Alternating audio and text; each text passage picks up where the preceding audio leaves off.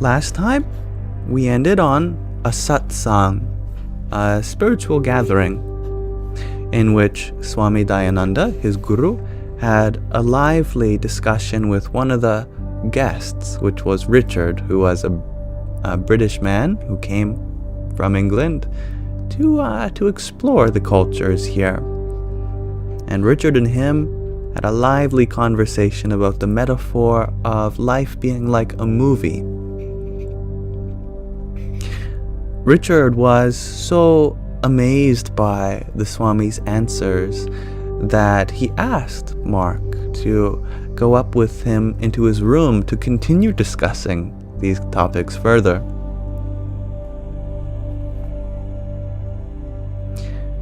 The blackened fluorescent tube buzzed and struggled to life after Richard and I entered my unheated room. Grateful to be sheltered from the wind, I spotted my roommate, the lizard, hanging on my wall near the light. "I am home, dear," I announced blithely. "What?" said Richard, baffled by my strange behavior. "I was just saying hello to my roommate," I replied, pointing to the small reptile on the wall. "Oh," he said dryly. "They don't bite, do they?" "Not as long as you keep them well fed and give them lots of attention." "You know, Mark, you can be quite odd." "Yes, and that's one of my better qualities." Richard fell into the lone chair and I perched myself upon the cot.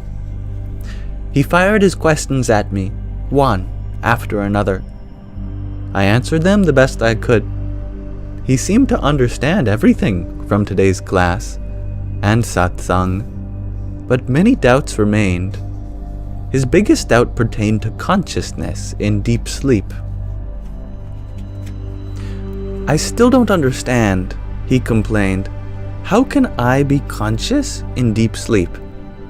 I experience consciousness during the waking and dream states, but I am unconscious in deep sleep." "Is that really your experience?" I asked.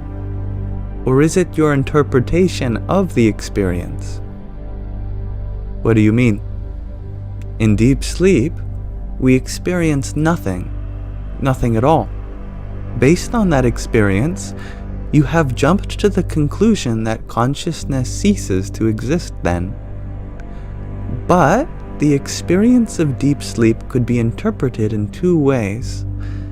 Either consciousness vanishes, or consciousness continues, but there is nothing to be conscious of. If your mind were completely blank, absolutely empty, what would you be aware of?" "Nothing, I suppose." "Correct. You would be conscious of the absence of activity in your mind. It would be like standing in a dark room with your eyes wide open." I paused, searching for a way to explain this more vividly. Oh, said Richard. "Are you going to tell me another of your strange science fiction stories?" "You seem to have me figured out," I said with a laugh. "Try this experiment. Suppose you are reading a book in a windowless room, furnished only with a chair, table, and lamp. And then you suddenly were plunged into complete darkness. From this experience, you could draw one of two conclusions. Either the light bulb burnt out, or else you suddenly went blind. Either conclusion is possible, but one is most likely wrong. Based only on your experience in that moment, you could not prove which had occurred. Sitting in darkness, you could neither prove that you could see, nor could you prove that the bulb had burnt out. But you know that eyesight is generally reliable, and light bulbs do occasionally burn out. so you could interpret your experience correctly. You would conclude that you can indeed see, but because of darkness, you see nothing. To correctly interpret your experience, you needed to consider more than the experience alone. You had to know something about eyesight and light bulbs. Only with this additional knowledge could you correctly interpret your experience of darkness. In the same way, knowledge about the nature of the mind and consciousness is necessary in order to correctly interpret your experience of deep sleep. Consciousness is your essential nature, the reality of who you are. Do you think it blinks on and off like a refrigerator's light when the door is open or shut? It's not common sense to suppose that you blink in and out of existence. You would never say, "I slept so soundly last night that I ceased to exist for a few hours." You know from your own experience that your mind can go blank, like in deep sleep, or perhaps in meditation. While awake or dreaming, you are aware of your mind's activities, and in deep sleep, you are aware of your mind's complete silence. This is your experience of deep sleep.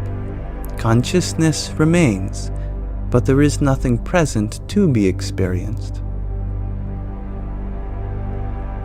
Hello, Simone. Richard still had doubts. If I am conscious in deep sleep, why don't I know it then? I answered, while you are sitting in the dark room with your eyes wide open, there is no way just then to know that you could still see. You would have to re-examine your experience later, in the presence of light. In the same way, you have to re-examine your experience of deep sleep after you wake up to conclude that you are conscious throughout. I still don't get it, Richard said, his face twisted with frustration. Why can't I be aware of my consciousness in deep sleep? Ah, there's the problem. You can never be aware of consciousness. Even right now, you are conscious, but you are not aware of consciousness. Consciousness is not an object that you can experience. Consciousness is you. Consciousness is that by which you become aware of all experiences. But consciousness can never become an object of experience. I recalled an Upanishad passage I had once studied with Swami Dayananda. Wait a minute, Richard, I said, rising from the cot. I found my copy of the Mandukya Upanishad and turned its pages until I found the section that I read.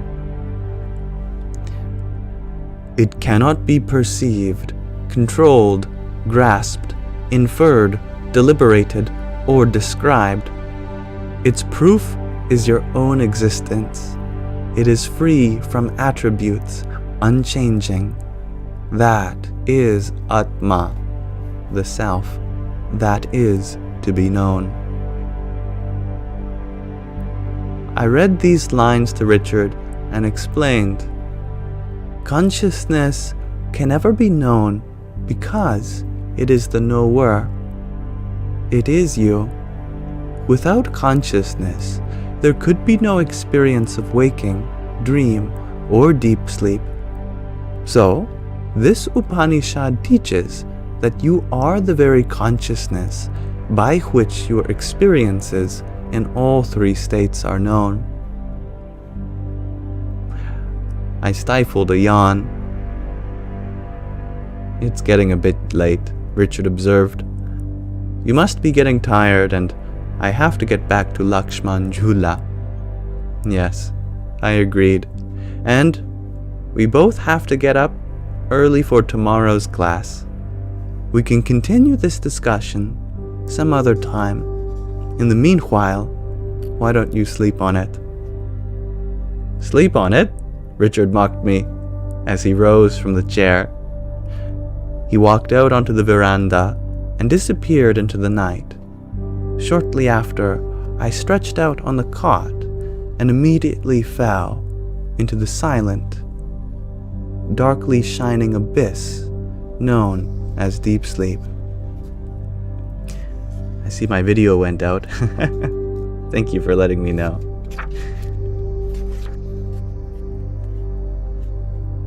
Very reminiscent of the nothingness that our author has described upon entering deep sleep. Fortunately, the video will be back much quicker than Swamiji's vision. Oh, I spoke too soon. Such is the nature of technology. So necessary, and yet so fickle. Nonetheless, I thank you everyone for listening with me. Have I gone blind? Exactly, branches.